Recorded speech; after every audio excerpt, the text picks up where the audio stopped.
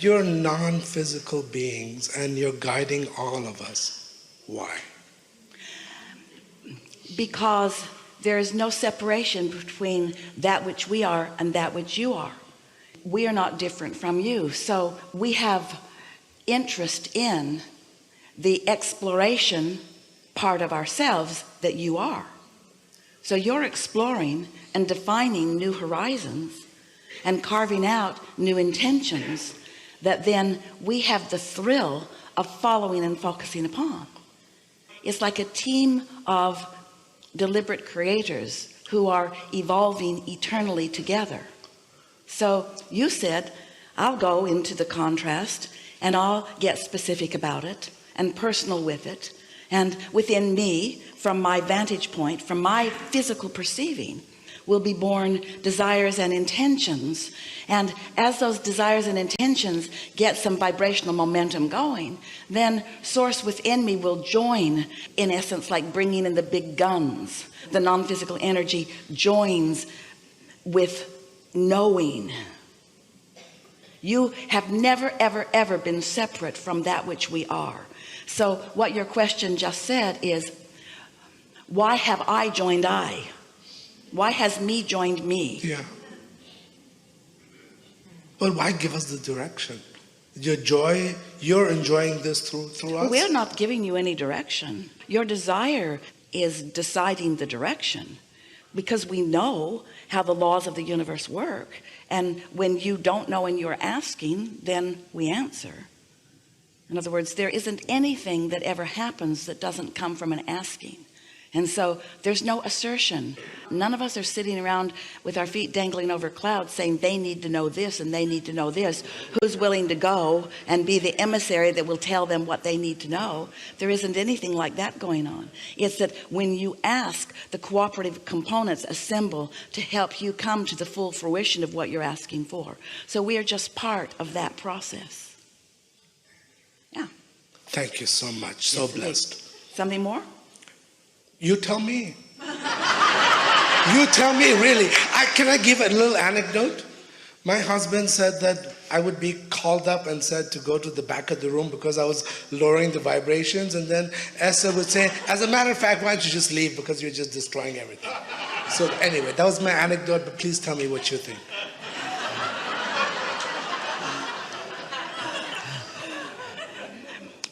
The primary message that we are offering, of all of the things that we can feel you all asking for, that we want to convey to you in as many ways as required before you really get it, is that your guidance comes forth from within, and the fewer others outside of you that you listen to, the more satisfaction factor you will have, the more likelihood you will have of being a blend to your own desire. And it's not easy from your physical format, because you were born into an environment with parents who had sort of forgotten that. You were born into environments of people that are looking at the manifestation rather than feeling the energy. Esther has been so aware recently of what any mix of individuals accomplishes in terms of her satisfaction factor. And what she has determined is that it doesn't matter what the mix is. If it's just Esther and you visiting, or if it's Esther and a handful of you visiting, Esther does not want your mix to matter at all to her. She wants to be so mixed in with source energy that the mix that she brings to the room is so clear and loving and knowing of well-being that anything else will sort of just bounce out of it, you see. And so you don't need to be the orchestrator of law of attraction. Law of attraction is sorting all of that out. But you do have the ability, by paying a little bit of attention to the things that you're thinking about, and by caring about the way you feel, so that not just when you enter a room and you want to be clear about what you're offering to the room, but long before you got to that room, every moment of every day, you want to be thinking about, at least to some degree, what kind of blending you've got going on with your inner being. All is really well with you. You have a powerful intent that amounts to a very strong calling power. You know what we mean? As we look into a room of individual creators, especially in the beginning of something like this, your energies are more individually evident. And what those energies are, the reason that they exist and the reason that we can see them or perceive them, is because your desire factor, how much you want something, causes strong energy to be flowing to you. But if you've got a strong desire and you're doubtful, then while the energy flows to you, it doesn't flow through you. And so there's a sort of blockage or stoppage that causes a sort of static in your energy field. That is not present in you. In other words, you are summoning and allowing far more than you are giving yourself credit for. So just relax and hear what goes on the rest of the day, and you'll come to full understanding of who you are, how you fit into this, and how much well-being is accompanying you through your day. Could you speak to the interplay between choice and destiny? All that you call destiny is choice. What feels like destiny are the incremental choices that you made by knowing what you do want and knowing what you don't want, and throwing them individually into your vortex. We'll talk about that in case you don't know about the vortex. But if you don't know about it, where have you been? When you get a whiff of your vortex, it feels like destiny because it's calling you in such a strong way.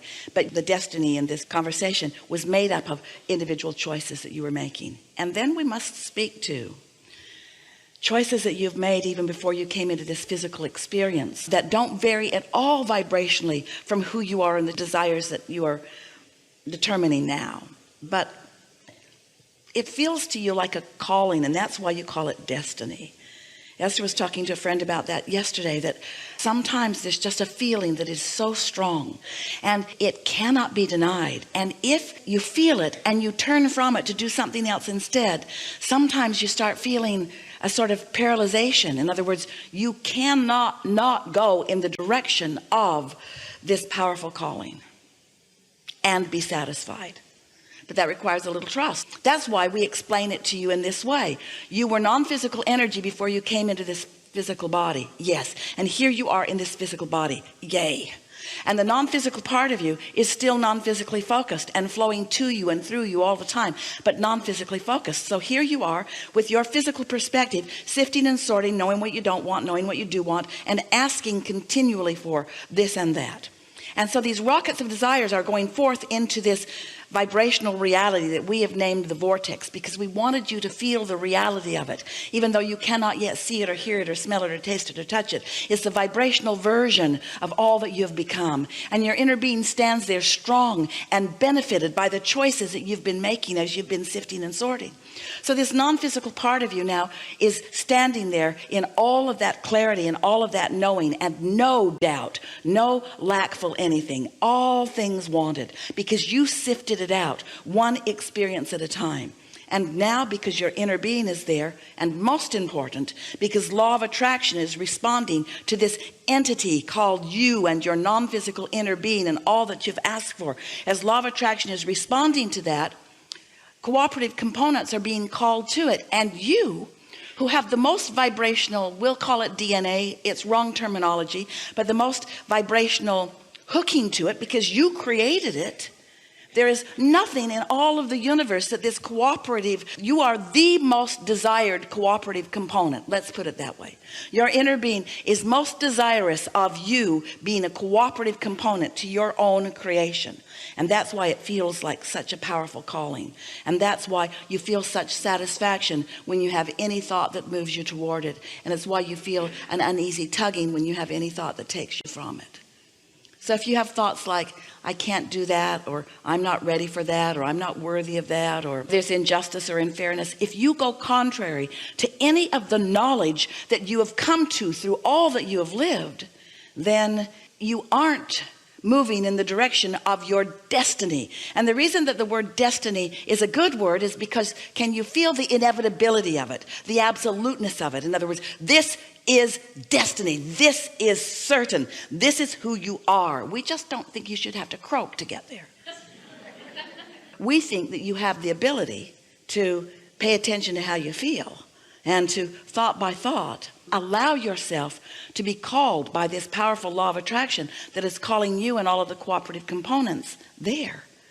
How many what you call synchronistic things, or maybe even coincidental things, happen, And you marvel at the oddness of that coincidence when we revel in the sureness of the attraction.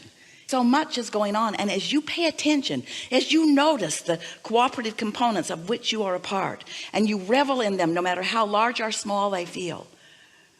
Esther and her family were on their way to have breakfast somewhere over the holidays, and when they got there, friends that they had been thinking about and wishing to be with met them accidentally in the parking lot. Not coincidental. Energy had been flowing and the orchestration was taking place, and each of them was inspired to be at that place at that time for the rendezvous that non-physical is orchestrating for you all day, every day. And then another event and another event and another event and another event, until in time you begin to understand that your destiny's got you. Your destiny has you, you see. Your destiny made up of individual choices. But you got to make the choice to want to feel good to even be anywhere near it. Is destiny a word like God that we can never speak to you again?